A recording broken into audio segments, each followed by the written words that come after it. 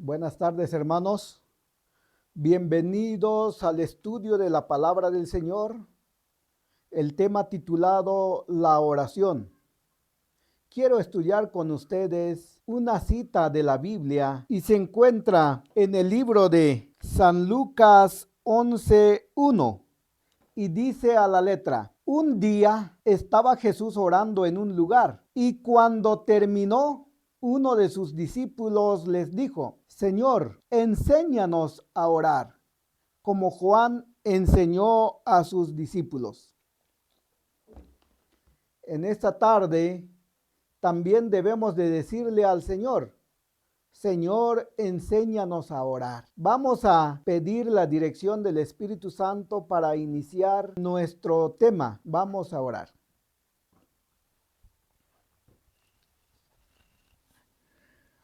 Padre nuestro que habita en las alturas de los cielos, santo, santo, santo es tu nombre, Señor.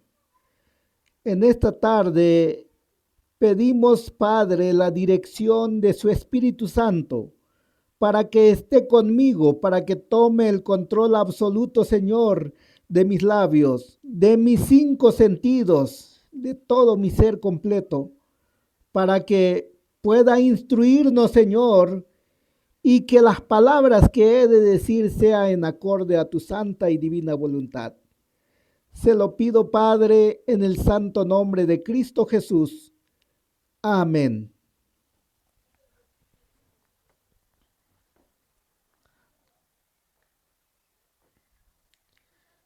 ¿Qué es la oración? Vamos a dar mínimo 4 respuestas, es decir, 4 definiciones acerca de la oración. Primero, dice la palabra del Señor que es el acto de abrir nuestro corazón a Dios, y esto lo encontramos en el libro El Camino a Cristo, página 93, párrafo 2.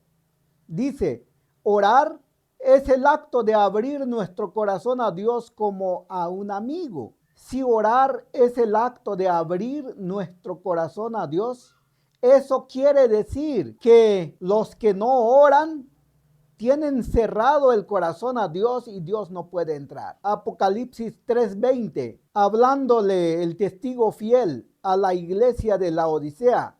La Odisea es el nombre profético de la iglesia adventista del séptimo día. Por lo tanto le dice: he aquí yo estoy a la puerta y llamo. Si alguno de ustedes oye mi voz y abre la puerta, entraré a él, cenaré con él y él conmigo. Jesús está representado tocando la puerta. Él está afuera, no está adentro. Así que Cristo se encuentra fuera de nuestra mente, de nuestro corazón.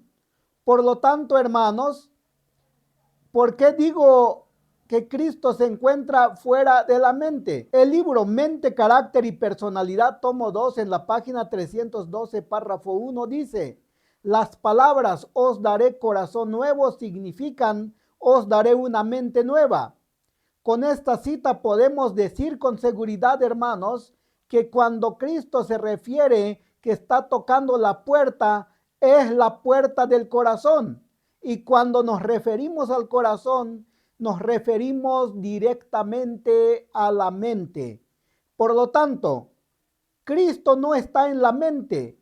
¿Por qué en la mente, hermanos? Porque déjenme decirles, la mente es la que da las órdenes, las indicaciones, y todos los miembros del cuerpo obedecen. Inclusive las 5 avenidas del alma, los 5 sentidos, obedecen lo que la mente dice. Por lo tanto, cuando hablamos de corazón, nos referimos más directamente a la mente durante este estudio. En el libro Joya de los Testimonios, tomo 1, página 43, párrafo 1, dice: vi que muchos tienen tanta escoria acumulada ante la puerta del corazón que no pueden abrirla. Algunos tienen que eliminar las dificultades que tienen con sus hermanos. Otros tienen que eliminar el mal genio o la codicia antes que puedan abrir la puerta. Otros colocan el mundo delante de la puerta de su corazón y así la cierran. Toda esta escoria tiene que ser quitada. Entonces podrán abrir la puerta y dar la bienvenida al Salvador. Analicemos qué cosa hay dentro de nosotros que impide la entrada de Cristo en nuestra mente. Consejos sobre mayordomía cristiana en la página 251, párrafo 2, dice: cuando se quitan las escorias de la puerta del corazón y ésta se abre ampliamente en respuesta a la invitación de Cristo, Él entra y se posesiona del templo del alma. Entonces, podremos decir que lo que necesitamos hacer es quitar toda esa escoria que impide la entrada de Cristo en nuestros corazones. La Iglesia Remanente, página 96, párrafo 1, dice: el mensaje a los laodicenses se aplica a los adventistas del séptimo día, que tienen gran luz y no han andado en la luz. Los que han hecho una gran profesión de fe, pero no se han mantenido al paso de su líder, serán vomitados de su boca a menos que se arrepientan. La Iglesia Adventista del séptimo día tenemos la Biblia y aparte de la Biblia tenemos el diccionario de la Biblia, es decir, la interpretación de la Biblia. Tenemos el comentario bíblico adventista y todos los libros del espíritu de profecía, que es el testimonio de Jesucristo. Porque la palabra de Dios en el libro de Apocalipsis 19:10, última parte, dice: porque el testimonio de Jesucristo es el espíritu de la profecía. Por lo tanto, tenemos gran luz, tenemos mucha luz, pero no hemos podido andar en ella. Por lo tanto, hermanos, el libro Discurso Maestro de Jesucristo, página 26, párrafo 3, dice: el Espíritu Santo abre la mente y al corazón la verdad acerca de Dios y de aquel a quien envió. Los de puro corazón ven a Dios en un aspecto nuevo y atractivo como su Redentor, mientras disciernen la pureza y hermosura de su carácter, anhelan reflejar su imagen, es decir, anhelan reflejar el carácter de Cristo. En el libro Mensaje para los Jóvenes, página 48, párrafo 1, dice: cuando la gracia de Dios se posesiona en el corazón, que se refiere a la mente, se ve que hay que crucificar las tendencias al mal, cultivadas y heredadas. Debe empezar en el ser una nueva vida, bajo un nuevo mando. Lo que les comentaba ese ratito, debe de haber un nuevo mando, porque el mando natural, el mando carnal, la mente inclinada al pecado, no sirve para agradar a Dios. Por lo tanto, debe de haber otro mando en nuestra mente. Debe de ocupar alguien más poderoso que el pecado, más poderoso que el propio yo. Debe de mandar en la mente, debe empezar en el ser una nueva vida bajo un nuevo mando. Todo lo que se haga debe ser hecho para la gloria de Dios. Esta obra incluye al hombre exterior y al interior, todo el ser, el cuerpo, la mente y el espíritu debe someterse a Dios para que Él lo use como instrumento de justicia. Entonces, podemos ver en la palabra de Dios, escrito en Mente, Carácter y Personalidad, tomo 1, página 81, párrafo 2, y dice: los malos pensamientos destruyen el alma. El poder transformador de Dios cambia el corazón, refina y purifica los pensamientos, a menos que se haga un esfuerzo decidido para mantener los pensamientos centrados en Dios, la gracia no puede revelar en la vida. La mente tiene que entrar en la lucha espiritual. Todo pensamiento debe ser llevado en cautiverio a la obediencia de Cristo. Todos los hábitos tienen que ser puestos bajo el control de Dios. Hermanos, debemos entonces de esforzarnos para mantener los pensamientos centrados en Cristo Jesús. Es decir, todos los pensamientos deben de sujetarse a esta palabra, a la palabra de Dios, a la Biblia y al espíritu de profecía. Por lo tanto, continúa diciendo en el mismo libro, en la página 193, párrafo 4.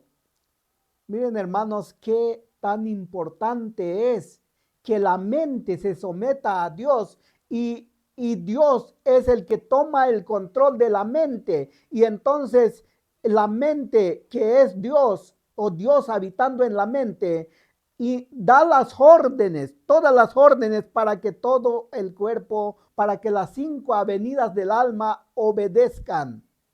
Dice a la letra: cuando nos sometemos a Cristo, el corazón se une con su corazón, la voluntad se fusiona con su voluntad, la mente llega a ser una con su mente, los pensamientos se sujetan a él, vivimos su vida, y esto es lo que significa estar vestido con el manto de la justicia de Cristo.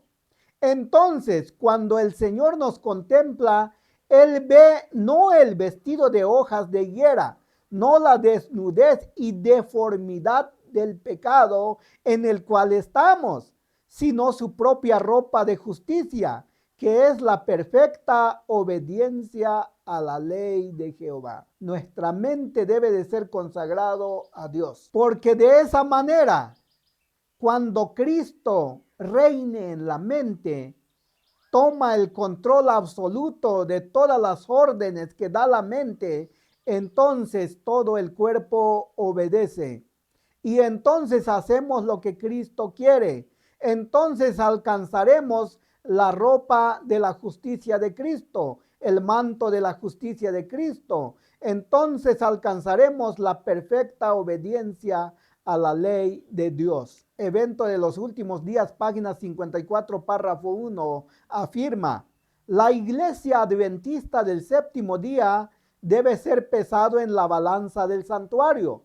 Será juzgada conforme a las ventajas que haya recibido. Si su experiencia espiritual no corresponde a los privilegios que el sacrificio de Cristo le tiene asegurados, si las bendiciones conferidas no las capacitaron para cumplir la obra que se le confió, se pronunciará contra ella la sentencia: hallada falta. Serán juzgadas según la luz y las ocasiones que le fueron deparadas. Preocupémonos, hermanos, preocupémonos en caminar conforme a la luz que nos ha llegado. La iglesia adventista es el que vende, el que promueve los libros del espíritu y de profecía. Por lo tanto, debemos de estudiarla, debemos de estar atentos a esa luz, porque es la luz que alumbra para nuestro tiempo. Y abrirle nuestro corazón a Dios significa más que tenerle confianza en confesarle todos nuestros secretos como a un amigo. Es más que eso. Es permitir que tome el control absoluto de nuestra mente y nuestros pensamientos y abandonar nuestro propio yo. De aquí en adelante debemos de tener el mando de Cristo Jesús en nuestra mente. Él quiere posesionarse en la mente. Jesús dice: yo estoy a la puerta de tu mente y estoy llamando. Si tú oyes mi voz y abres la puerta de tu mente y sacas toda la basura que hay en tu mente, yo quiero entrar a tu mente para ordenar, para que todo tu cuerpo obedezca. Y entonces, hermanos, todos nuestros actos no será la nuestra, será la de Cristo Jesús. Vamos a dar la segunda definición de la oración. La palabra de Dios dice que es el canal de comunicación entre Dios y el ser humano. El libro La Oración, página 5, párrafo 2, dice: la oración es el canal de comunicación entre nosotros y Dios. Dios nos habla por medio de su palabra, la Biblia y el espíritu de profecía.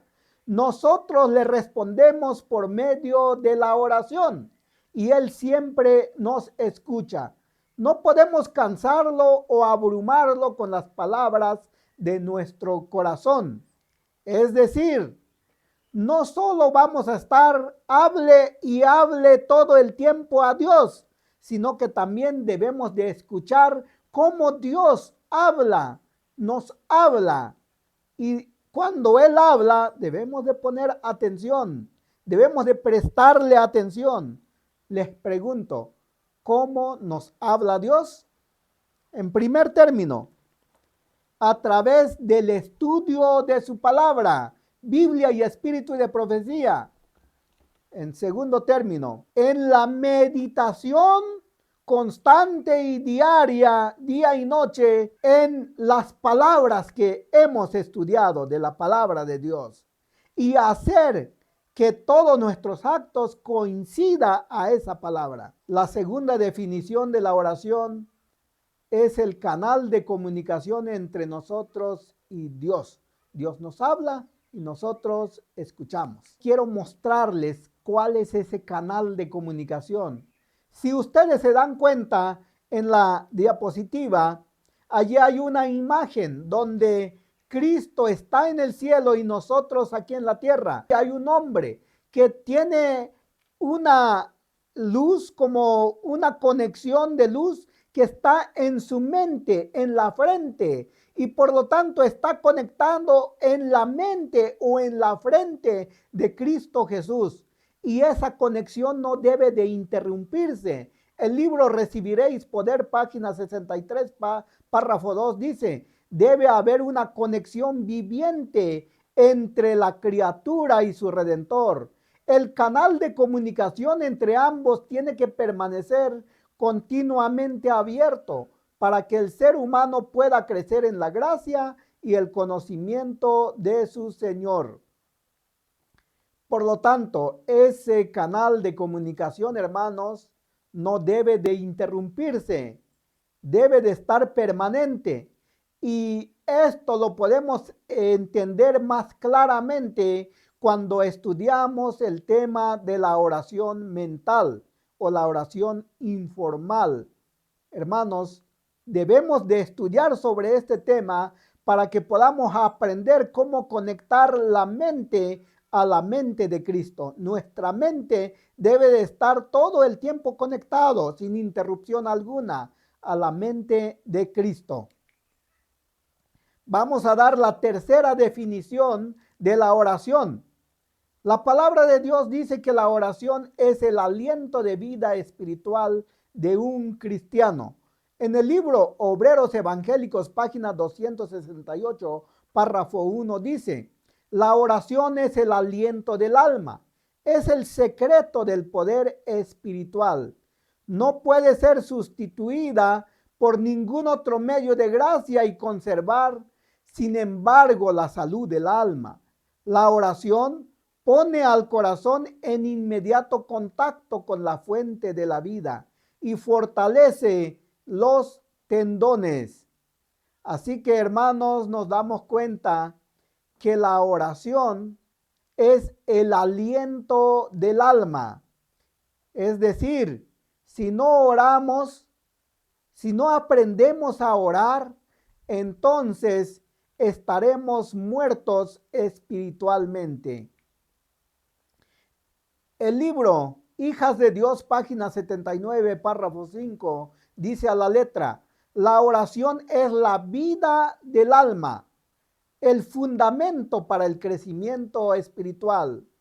Así que, hermanos, Aprendamos a orar, le digamos al Señor, enséñanos a orar, porque sin la oración estaremos muertos espiritualmente. Vamos a ver cómo es que el profeta Enoc pudo caminar con Dios. Esta experiencia, hermanos, se encuentra en el libro La Oración, página 151, párrafo 3, y dice: Enoc eludía, o en otras palabras, evitaba el asociarse continuamente con ellos, es decir, con la gente, y pasaba mucho tiempo en la soledad, dedicándose a la meditación y a la oración. Para él, la oración era el aliento del alma, vivía en la atmósfera del cielo. Hermanos, para Enoc, dejar de orar es como dejar de respirar. ¿Cuánto tiempo podemos dejar de respirar sin morir? Para Enoc, dejar de orar ciertos segundos es como dejar de respirar. Para usted y yo debemos de hacer lo mismo si queremos estar con Cristo Jesús. Usted debe de entender que existe oración formal y existe oración mental. La oración mental es permanente, la oración formal tiene tiempo especial programado. Debemos de entender esa parte para poder practicar la oración mental permanente. En el libro Joya de los Testimonios, tomo 3, página 155, párrafo 2, dice: si hubo un pueblo que necesitase andar ante Dios como Enoc, es el pueblo adventista del séptimo día, que debe demostrar su sinceridad por sus palabras puras, limpias y llenas de simpatía, ternura y amor. Hermanos, vamos a dar la cuarta definición de la oración para poder terminar las 4 definiciones. La palabra de Dios dice que es la llave de la mano de la fe para abrir el almacén del cielo. Si hubiera una persona del más rico del mundo, el más rico del mundo, y por lo tanto le dice: le voy a entregar la llave para que usted pueda sacar todo lo que quiera en el banco, o le voy a dar mi tarjeta, allí está todo mi dinero y usted puede sacar lo que quiera y comprar lo que quiera. Puede tener lo que usted quiera aquí en la tierra. Brincaríamos de alegría porque tendríamos todo el dinero que necesitamos. Pero quiero decirles, hermanos, todas estas riquezas del mundo se terminan. Sin embargo, hay algo más que eso. Y eso es la llave del cielo, donde están los tesoros de todo el cielo, que el mundo no lo ha alcanzado a tener. Hermanos, el libro El Camino a Cristo, página 94, párrafo 1, dice: la oración es la llave en la mano de la fe para abrir el almacén del cielo, donde están atesorados los recursos infinitos de la omnipotencia. Y si la oración es la llave en la mano de la fe, si usted dice tener fe y no ora, usted no tiene esa llave en mano de la fe para poder abrir el almacén del cielo, donde usted pueda tener todo lo que usted quiera. Es necesario entonces orar para que tengamos esa llave en mano de la fe. San Mateo 21, 22 dice: y todo lo que pidáis en oración, creyendo, lo recibiréis. ¿Cómo debemos de pedir? En oración. Filipenses 4, 6 dice: por nada estéis afanosos, sino presentad vuestros pedidos a Dios en oración, ruego y acción de gracia. Santiago 5, 16 dice: la oración eficaz del justo es poderosa. San Lucas 11, 9. Por eso os digo, pedid y se os dará. Buscad y hallaréis, llamad y os abrirán. Hemos terminado las 4 definiciones de la oración. Nos ha quedado tan claro qué es la oración. Y entonces debemos de practicarlo, hermanos. Tengan mucho cuidado. Orar no es dar órdenes a Dios.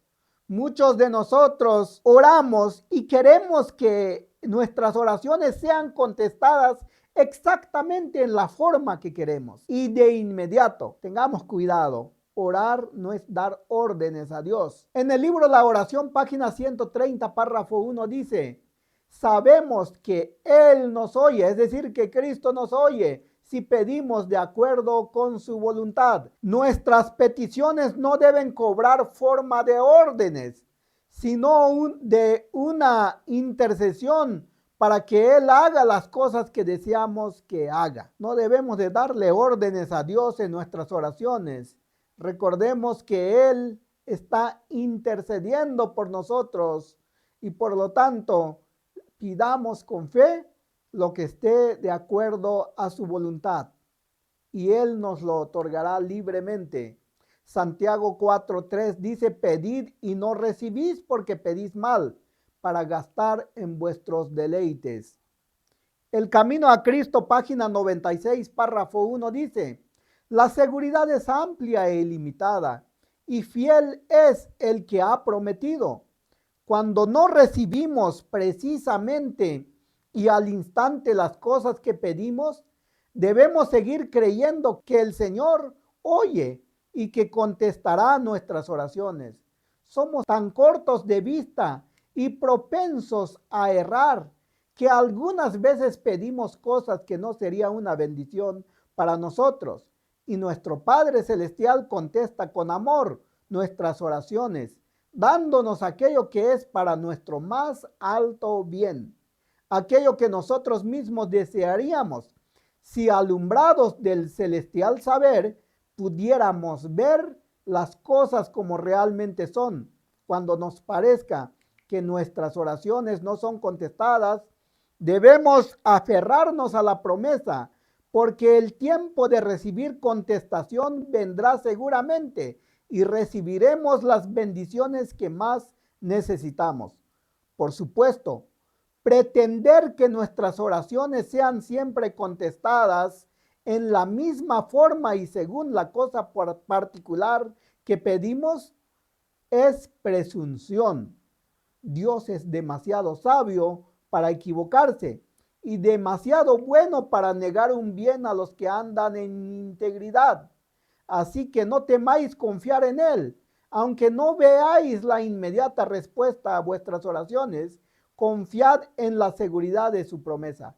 Pedid y se os dará. Hacemos la pregunta: si Dios siempre nos lo da lo que le pedimos de acuerdo a su voluntad, entonces, ¿por qué muchas veces no son contestadas nuestras oraciones? Santiago 4:3 dice: pedid y no recibís porque pedís mal para gastarlo en vuestros deleites.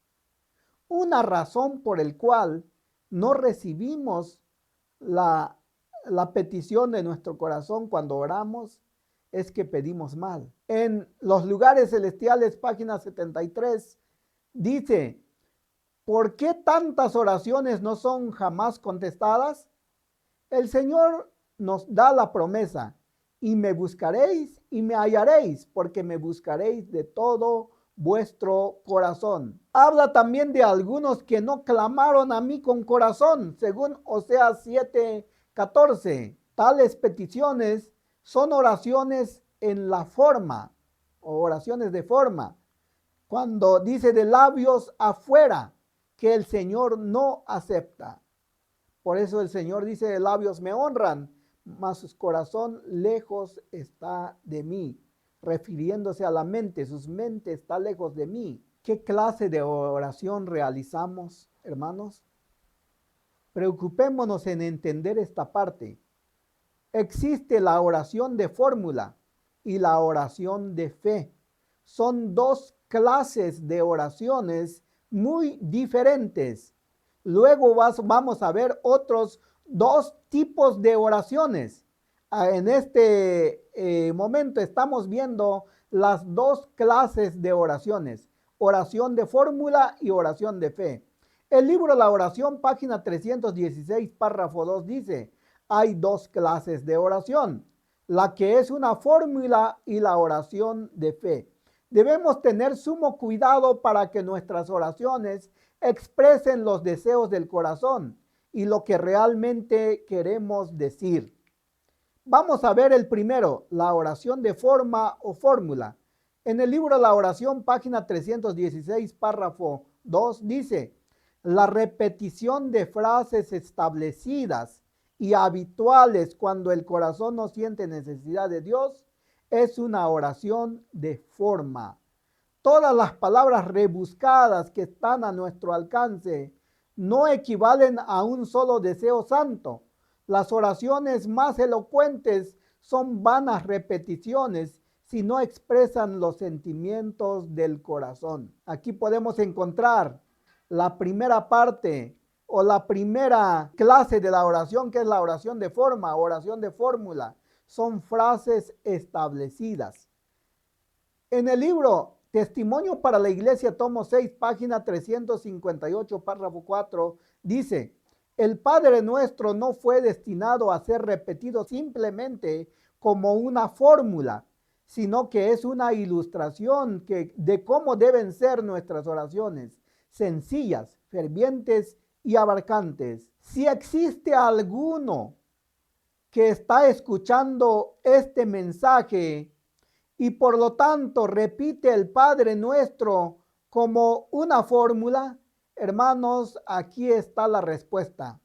El Padre Nuestro no fue destinado a ser repetido simplemente como una fórmula, sino que es nada más un ejemplo, una ilustración de cómo deben de ser nuestras oraciones, que deben de ser sencillas, fervientes y abarcantes, oraciones cortas. ¿Cuánto tiempo lleva para poder decir todo el Padre Nuestro? Es tan corto, hermanos, 2 minutos, mucho que sea.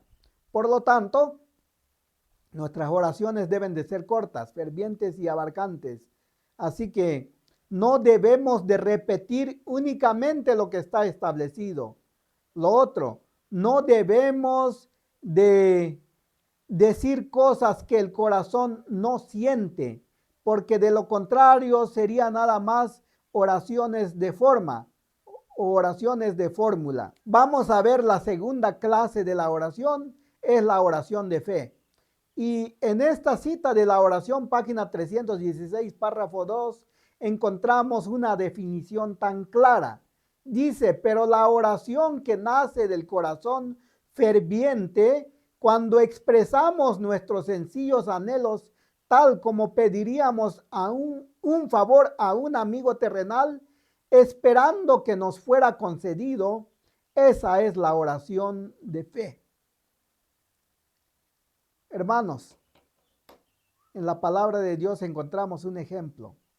Nuestro Señor Jesucristo también lo dijo: si alguien de nosotros tiene una necesidad y llega a tocar la puerta a medianoche y el amigo ya está durmiendo, la familia ya están durmiendo, y por lo tanto escuchan que alguien está tocando, no saldría de inmediato. Pero la persona que tiene necesidad sigue tocando esa puerta. Y entonces de tanto el amigo sale y dice: ¿qué necesitas? ¿En qué puedo servirte? El amigo le externa su petición a la persona que está adentro y le dice: necesito una ayuda urgentemente, por eso te vengo a molestar, discúlpame, pero la verdad es que no me puedo esperar.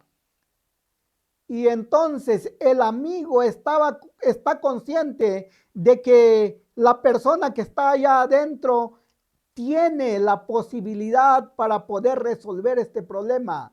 Y como va con todo su corazón y le dice: amigo, yo sé que ya es tarde, yo sé que en este momento no debiera de venir a molestarte, pero tengo una gran necesidad y yo estoy seguro de que tú me puedes ayudar. Y el otro amigo no puede negarse ante tal situación y ante tales palabras. Y entonces le dice: está bien, amigo, yo te ayudo, toma lo que necesitas. De esa manera, con mucha confianza, debemos de expresar nuestras peticiones a Dios. Y cuando eso hagamos, Él nos escucha. porque le pedimos de todo corazón. Esa es la oración de fe. Ahora les voy a explicar los dos grandes tipos de oraciones. Estos dos tipos de oraciones abarcan todas las oraciones. Primero es la oración formal. Es el tipo de adoración en el cielo. Segundo, está la oración informal o también la que conocemos como la oración mental. Esta oración es el tipo de pensamiento y vida permanente de seres vivientes allá en el cielo. Hablemos de los ángeles, de los serafines, querubines, los 24 ancianos, los 4 seres vivientes. Todos ellos practican la oración formal y la oración informal o la oración mental. Por lo tanto, vamos a ver primero las oraciones formales. Es el tipo de adoración en el cielo que tiene características, tiene una posición para realizarla, es postrado de rodillas, tiene un lugar especial, tiene tiempo, existe tiempo especial para realizarla y se debe hacer con mucha reverencia. Las oraciones formales son todas las oraciones no permanentes que requiere formalidad, es decir, requiere una posición, hora fija o programada, lugar especial. Debe ser cortas excepto las oraciones privadas.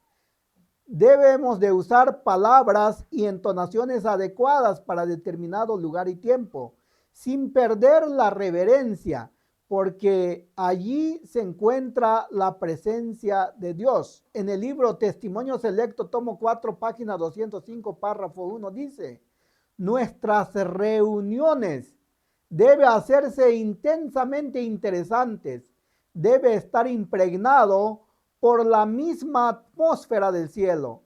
No haya largos y áridos discursos y oraciones formales simplemente a fin de ocupar el tiempo.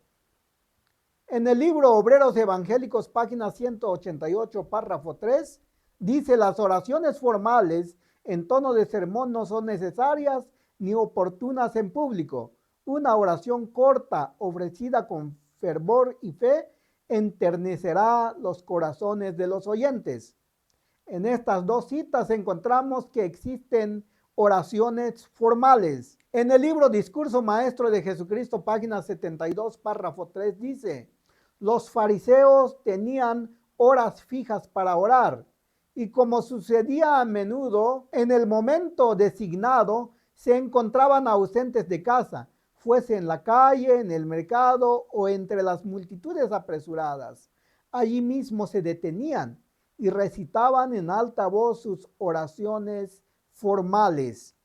Hermanos, las oraciones formales se debe de recitar o de decir o de pronunciar en una voz alta, es decir, debe de pronunciarse. Son las oraciones formales. ¿Dónde se realizan las oraciones formales? En el libro Mensaje Selecto, tomo 2, página 360, párrafo 5, dice: tanto en el culto público como en el culto privado, nuestro deber, escuchen bien, nuestro deber consiste en arrodillarnos delante de Dios cuando le ofrecemos nuestras peticiones. Este acto muestra nuestra dependencia a Él. Las oraciones formales se realizan en el culto público y en el culto privado. El culto público es donde existe más de una persona. Son las oraciones familiares o las oraciones congregacionales. En el culto privado es donde existe solo una persona. Son las oraciones secretas.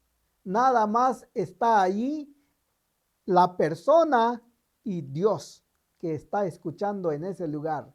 Se acerca en ese lugar preparado especialmente para estas oraciones. En el libro Consejo para la Iglesia, página 450, párrafo 2, dice: la casa es el santuario para la familia y la cámara o el huerto el lugar más retraído para el culto individual, pero la iglesia es el santuario para la congregación. De estas tres clases de oraciones, la oración familiar, la oración individual o secreta y la oración congregacional, debiera haber reglas respecto, mire nada más, reglas respecto al tiempo, al lugar y la manera de adorar a Dios. ¿Por qué debe de haber reglas? Porque Él santificará ese lugar con su presencia y será santo para el Señor de los ejércitos. Por eso debe de haber regla en estas tres clases de oraciones. Repito, oraciones familiares, oraciones individuales o secretas y oraciones congregacionales. Son tres tipos de oraciones formales que existen. Dos de ellas se encuentran dentro del culto público. ¿Cuál es el culto público? Es donde existe una reunión, donde puede haber una reunión, donde existe dos o más personas, porque uno solo no puede reunirse. Por lo tanto, son las oraciones congregacionales y las oraciones familiares. En el libro de San Mateo 18:20 dice, porque donde están dos o tres reunidos en mi nombre, allí estoy yo en medio de ellos. Entonces, donde hay dos o más personas, Cristo está allí en nuestro medio. Eso sería una oración del culto público. Mensaje Selecto, tomo 2, página 362, párrafo 2, dice, y cuando os reunís para adorar a Dios, cuidad de arrodillaros delante de Él, es decir, delante de Dios. No debes de hacer esas oraciones familiares o congregacionales de pie o sentado. Debe de ser de rodillas. Eso dice la palabra del Señor. No lo invento yo. Hermanos, las oraciones congregacionales, según la educación, página 233, párrafo 3, dice, la oración en público tiene su lugar. La oración en público, hermanos, según Joya de los Testimonios, tomo 2, página 193, párrafo 3, dice, la iglesia es el santuario de la congregación. Debiera haber reglas respecto a la manera de adorar, porque Él santificará ese lugar con su presencia y será santo para el Señor de los ejércitos. Por lo tanto, no debe de haber niños corriendo de aquí para allá. No debe de haber personas dentro de la iglesia cuchicheando, hablando despacito unos a otros. No debemos de estar mirando quién entra o quién sale. Deberíamos de centrar nuestros pensamientos en la meditación de la palabra del Señor o hablando con Él, diciéndole nuestras peticiones y nuestros agradecimientos. Es un lugar santo. Recordemos siempre, hermanos, que la iglesia es un lugar santo. Debe de haber reverencia. Todos los que entren en ese lugar, sin excepción alguna, aún los niños deben ser educados para que tengan reverencia, porque ahí se encuentra la presencia de Dios. Las oraciones congregacionales, hermanos, son las oraciones que se realiza en las iglesias o lugar preparado para este fin. En el libro Mensaje Selecto, tomo 2, en la página 362, párrafo 2, dice, y cuando os reunís para adorar a Dios, cuidad de arrodillaros delante de Él. Demostrad por medio de este acto que vuestra alma, vuestro cuerpo y vuestro espíritu están por entero sometidos al Espíritu de verdad. Si usted no quiere arrodillarse, si usted no quiere postrarse ante el Señor que se encuentra allí en su templo, hermanos, es porque usted está demostrando que su cuerpo, su espíritu y todo su ser entero no está sometido al Espíritu de verdad, sino que está sometido por el espíritu de la mentira, por el enemigo de las almas. Consejo para la Iglesia, página 450, párrafo 2, dice: Él, es decir, Cristo, santificará ese lugar con su presencia y será santo para el Señor de los ejércitos. Ahora veremos las oraciones familiares. Las oraciones familiares son las oraciones que se realizan en las casas, son los cultos familiares en la mañana y en la tarde que realizamos. El libro Conducción del Niño, página 489, párrafo 2, dice: si hubo tiempo en que cada casa debiera ser una casa de oración, hermanos, quiero decirle, es ahora. Eso dice la palabra de Dios. Es para la séptima iglesia que está en Apocalipsis, la iglesia de la Odisea, la iglesia tibia, la iglesia que si no mejora, si no acepta los 3 consejos del testigo fiel, su destino es que Dios los vomitará de su boca. Y esto el espíritu de profecía lo explica. Significa que Dios ya no presentará más su nombre ante nuestro Padre Celestial. Significa que sus oraciones que realiza en las oraciones familiares, las oraciones congregacionales y las oraciones privadas ya no son presentadas ante nuestro Padre Celestial.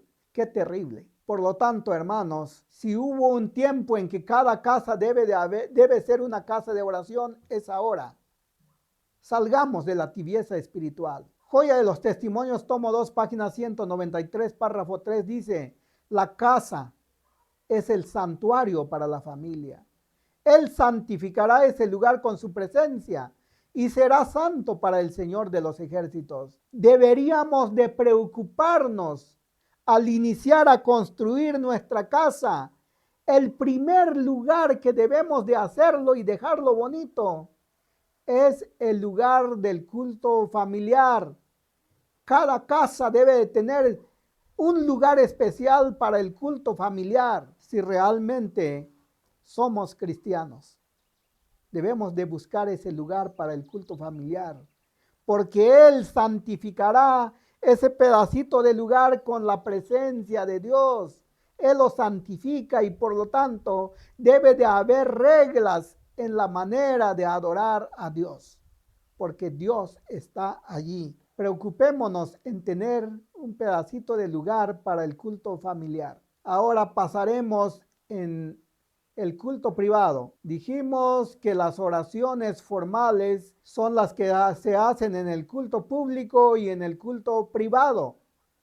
Ahora, las oraciones privadas o secretas, hermanos, son las oraciones que se hacen cuando estamos solos, en un lugar especial, en el cuarto, la Biblia dice la recámara, en el huerto o en la montaña, un lugar donde podamos tener una plática personal con nuestro Dios. El libro Obreros Evangélicos, páginas 267 y 268 afirma: el Salvador amaba la soledad de la montaña para estar en comunión con su Padre. Se apartaba noche tras noche de la confusión de la ciudad y se postraba ante su Padre en oración. Con frecuencia seguía elevando sus peticiones durante toda la noche. Nuestro Señor Jesucristo oraba, según San Lucas 22:41 dice: y Él se apartó de ellos a distancia como a un tiro de piedra, y puesto de rodillas oró. Si tuviera una piedrita aquí, lo aviento, ¿a cuántos metros podría llegar? A un tiro de piedra. Pues a esa distancia es donde Dios dejó sus discípulos y se fue a orar. Y es que Él amaba la soledad de la montaña.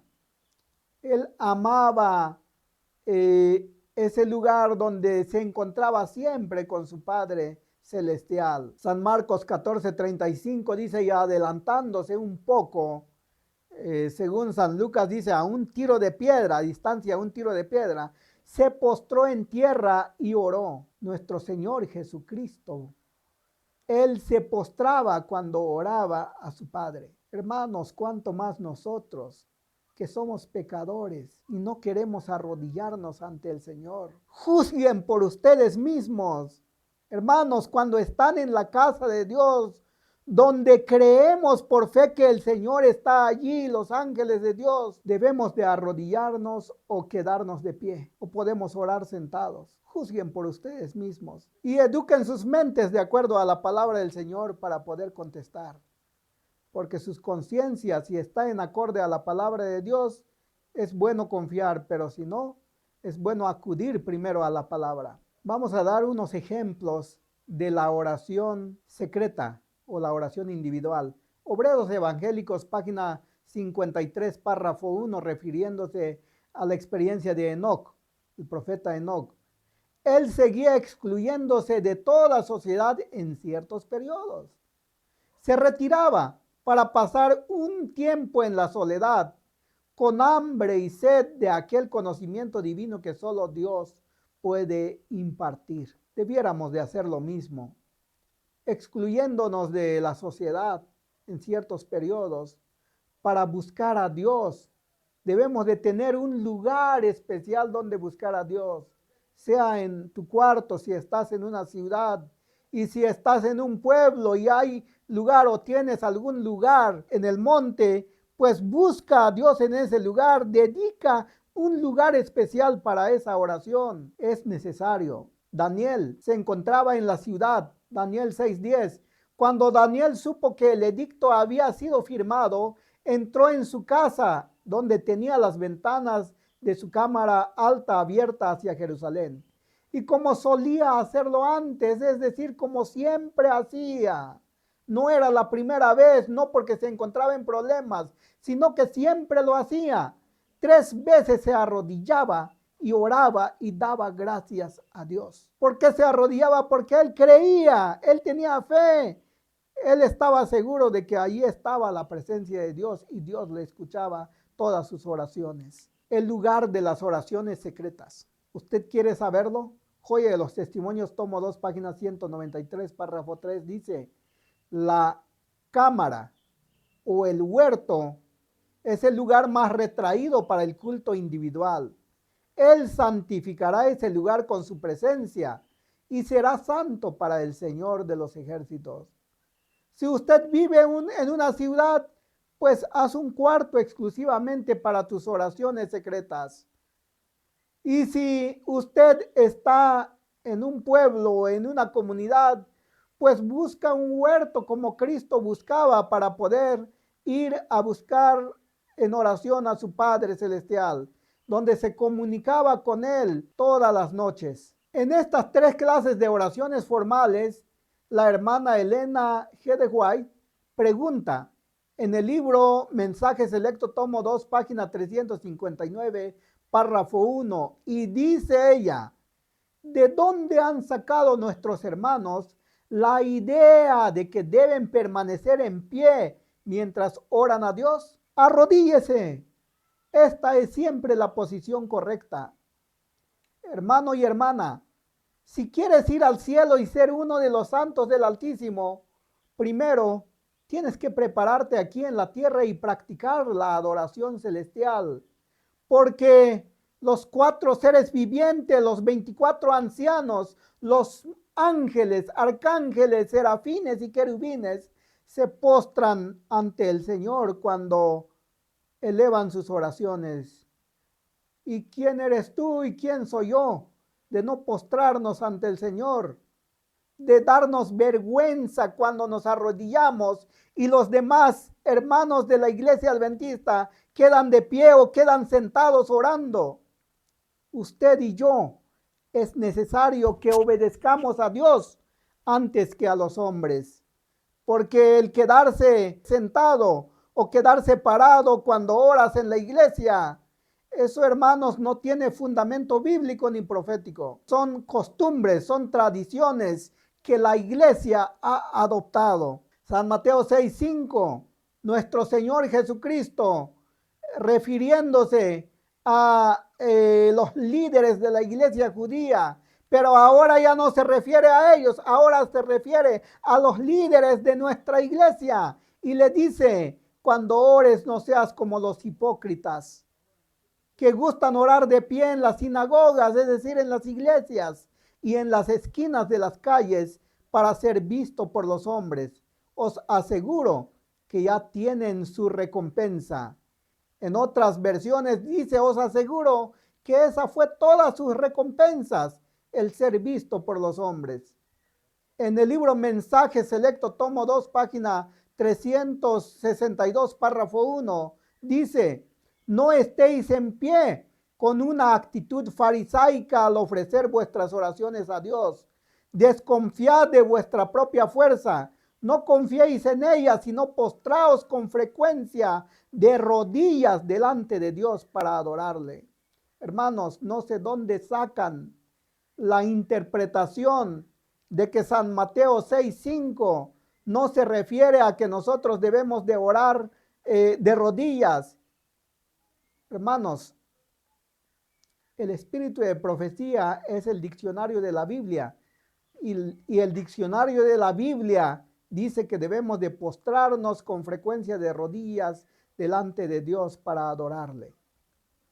Por lo tanto, creo que si todavía seguimos insistiendo de que las oraciones en las iglesias o las oraciones en las familias o las oraciones secretas debe ser de pie o sentado, hermanos, usted ha adoptado las tradiciones y las costumbres de los escribas y los fariseos, los líderes de la iglesia judía.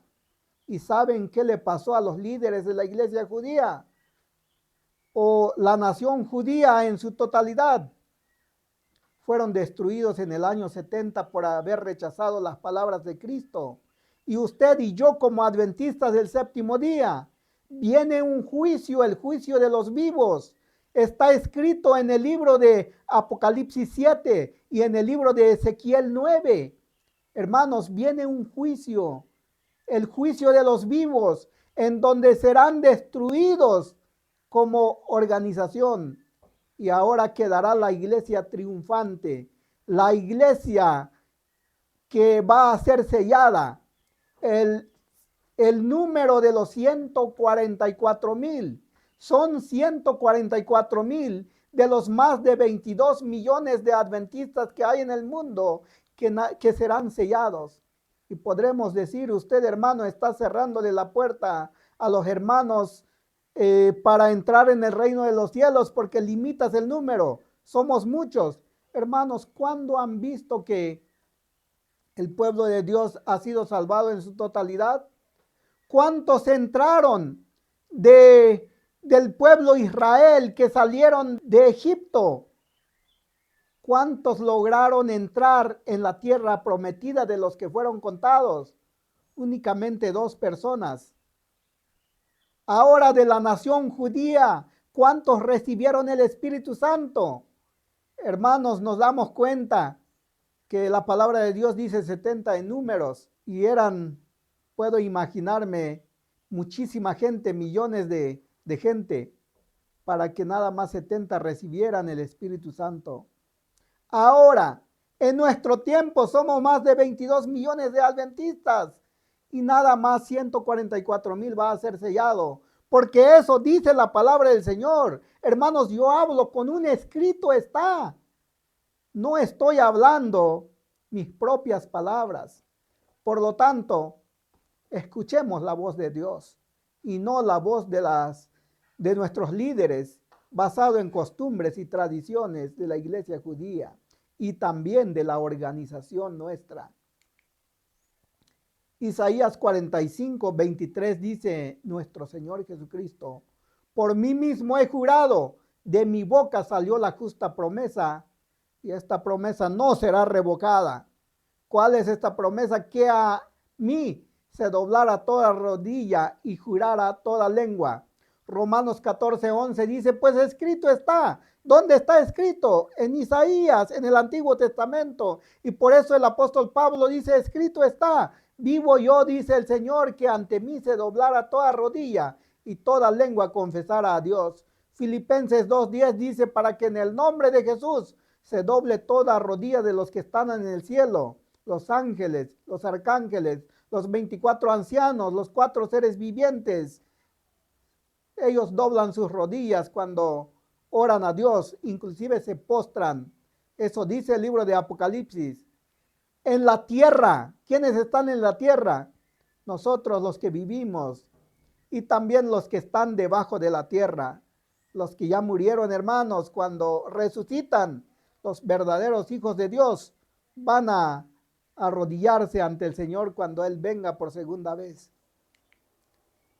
Hermanos, hasta aquí terminamos la oración formal.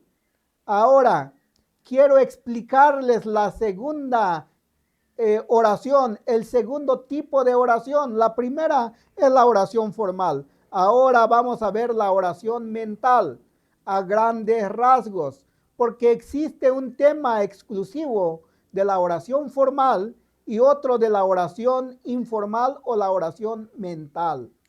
Por lo tanto, la oración mental es la conexión permanente entre Dios y el hombre a través de la comunicación directa con nuestro Creador. Oración que no se pronuncia, no necesita forma, es decir, no necesita posición, no es de rodillas, pues. No necesita tiempo y lugar especial como en las oraciones formales, pues es la unidad de la mente humana con la mente infinita de nuestro Creador. Hermanos, esta oración es el verdadero caminar con Cristo en esta vida terrenal.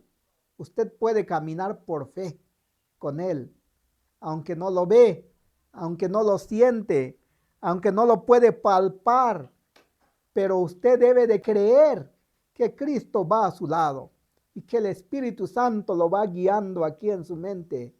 Él se posesiona en la mente y da las indicaciones en todo el cuerpo y el cuerpo obedece. Los miembros del cuerpo obedecen. Los 5 sentidos obedecen. Es el verdadero caminar con Cristo en esta vida terrenal, la oración mental. Es el verdadero encuentro con nuestro Señor Jesucristo, la fuente de poder para vencer el pecado. ¿Por qué? Porque esta oración mental es invitar a Cristo que more permanentemente en tu mente, que la mente de Cristo esté aquí. Y entonces cuando Cristo se posesiona en el templo del alma, entonces Él da las indicaciones en todo el cuerpo y todo lo que hace el cuerpo es lo que la mente indica. Y en la mente no indica lo que el ser humano quiere, sino la mente de Cristo Jesús. Por lo tanto, hermanos, ahí podemos encontrar la fuente de poder para vencer el pecado. El pastor Waggoner decía, existe uno más fuerte que Satanás que puede estar de manera permanente dentro del ser humano. Y ese poder más fuerte que Satanás es Cristo. Por lo tanto, dejemos entrar a Cristo en nuestro corazón, refiriéndonos a la mente, porque allí es el templo del alma. La mente es el laboratorio donde se maquina todo. Hermanos, Satanás quiere penetrar en la mente y de manera automática tiene posesión de la mente, porque nuestra naturaleza es pecaminosa. Por lo tanto, necesitamos un poder más fuerte que nuestra tendencia pecaminosa, un poder más fuerte que el pecado, un poder más fuerte que la carne. Ese poder es Cristo y se posesiona en la mente. Hermanos, es la única santificación y justicia que nuestro Señor Jesucristo reconoce. Lo que el cuerpo hace cuando Cristo habita en la mente, entonces esas acciones son aceptados ante el Señor. Pero si usted hace las acciones basado en esfuerzos humanos, sin que tu mente esté purificado, entonces es como trapo de inmundicia todas tus justicias para el Señor. Esas justicias no es aceptada ante el Señor. Tus actos no son buenas. Proviene de tu esfuerzo humano. Proviene de tu propio yo. No proviene de Cristo Jesús.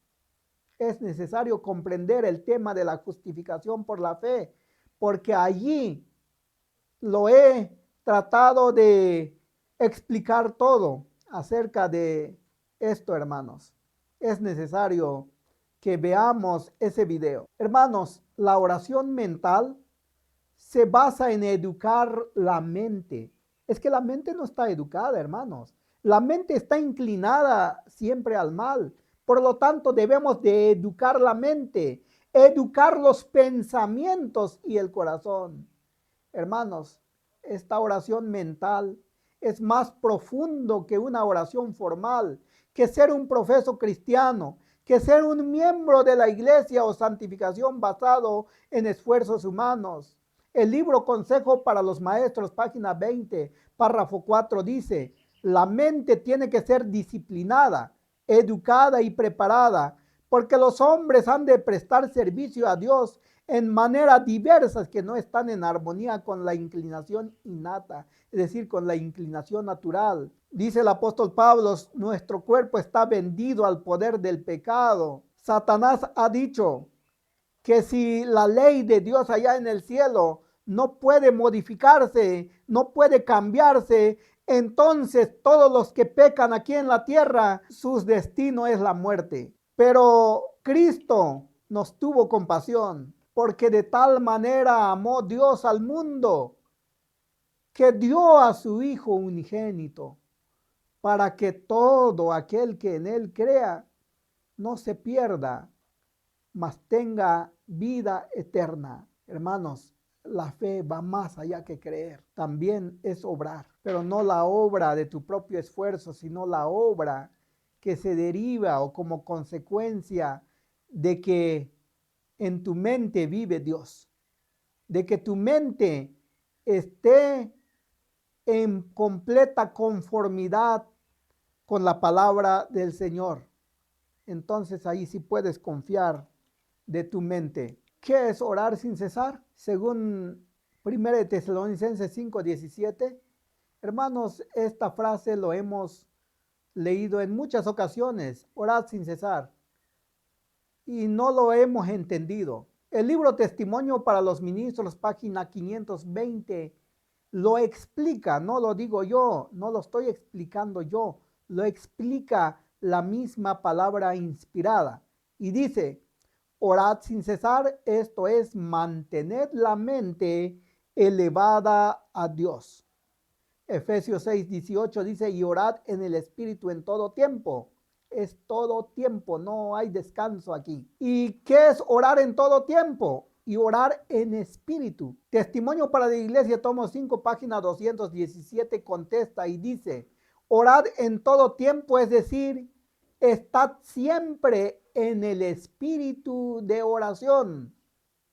Usted no va a estar de rodillas, usted no va a estar hablando para que la gente lo escuche, pero usted nada le impide que su mente esté en plática constante con Dios, ya sea que está expresando peticiones y agradecimientos o ya sea que está escuchando la voz de Dios, es decir, repitiendo mentalmente frases de la palabra de Dios, Biblia y espíritu de profecía. Esa es la forma como mantener la mente elevada a Dios. ¿Sabía usted que también puede cantar sin pronunciar? ¿Sabía usted que puede elevar alabanzas al Señor y el Señor lo acepta sin pronunciarlo?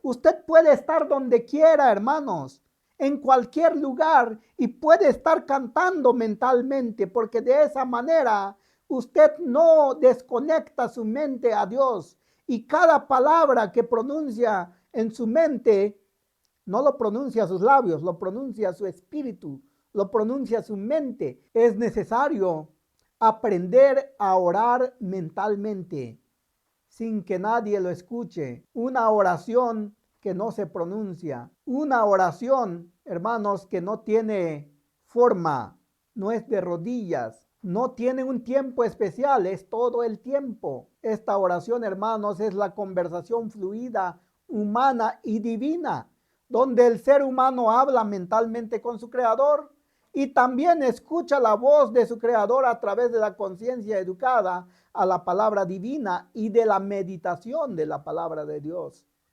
Es una convivencia permanente del ser humano con su creador a través del espíritu. Esta oración no requiere ninguna formalidad como en las oraciones formales, toda vez que es la conexión permanente de la mente humana con la mente divina para caminar con nuestro Señor Jesucristo. Esta es la preparación especial para la venida de nuestro Señor Jesucristo y de los que serán trasladados al cielo sin probar la muerte. Hermanos, usted y yo tenemos la oportunidad de ir al cielo sin probar la muerte. Si el Señor nos tiene tomado en cuenta, si el Señor tiene nuestro nombre dentro del número de los 144,000, no probaremos la muerte.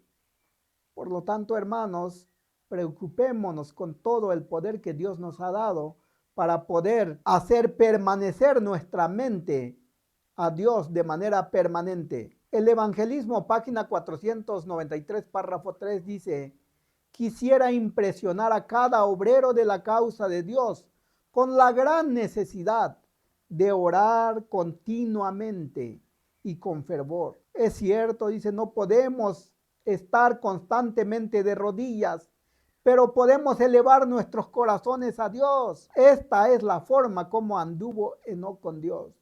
Elevar los corazones a Dios, hermanos, es elevar nuestros pensamientos a Dios. Evento de los últimos días, página 63, párrafo 3, dice: ¿y cómo caminó Enoc con Dios? Educó su mente y educó su corazón para sentir siempre que estaba en la presencia de Dios. Si usted practica la oración mental, usted va a empezar a tener fe. Usted va a empezar a creer realmente que Cristo, donde quiera que vaya, allí va Cristo a un lado de ti.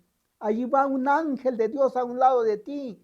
Su Espíritu Santo lo guía, vive en su mente, actúa en su cuerpo, en los miembros de tu cuerpo, actúa con tus 5 sentidos. Allí está Cristo. Y cuando eso pase, hermanos, tendremos la justicia de Cristo. Estaremos viviendo en la misma presencia de Dios. Esa es la forma como anduvo Enoc con Dios. Obreros Evangélicos, página 53, párrafo 1, dice: para él, es decir, para Enoc, la oración era como el aliento del alma. Vivía en la atmósfera del cielo. Seguía aquí haciendo sus actividades aquí en la tierra, en su casa, pero sus pensamientos ya vivía como que si estuviera en el cielo. Ya vivía con Dios. Oye, los testimonios, tomo 3, página 155, párrafo 2, dice: si hubo un pueblo que necesitase andar ante Dios como Enoc, es el pueblo adventista del séptimo día ahora, que debe demostrar su sinceridad por sus palabras puras, limpias y llenas de simpatía, ternura y amor. Evento de los últimos días, página 63, párrafo 5, dice: Enoc fue un representante de aquellos que estarán sobre la tierra cuando Cristo venga, que serán trasladados al cielo sin ver la muerte. Hermanos, tenemos estas promesas. Si usted dice: yo no quiero practicar la oración mental, nadie lo exige. Haga lo que su voluntad determine. Pero recuerda, hermanos, somos responsables de todo lo que hemos visto, de toda la luz que ha llegado en nuestras sendas. La oración mental es la preparación para la venida del Señor. Usted quiere que el Señor ya venga, ya no quiere sufrir más, ya no quiere sentir más dolor de enfermedades, ya no quiere tener más problemas, vivir en este mundo. Testimonio para la Iglesia, tomo 5, página 217, dice: orad en todo tiempo. Es decir, estad siempre en el espíritu de oración. Es la oración mental, es la oración informal, porque no tiene forma, no tiene lugar especial, no tiene una posición, es mental. Estad siempre en el espíritu de oración y entonces, solo entonces, estaréis listos para la venida de nuestro Señor. Hermanos, que la paz de la mente y la conciencia educada a la palabra del Señor y la permanencia mental en nuestro Señor Jesucristo sea en cada uno de ustedes. Dios los bendiga.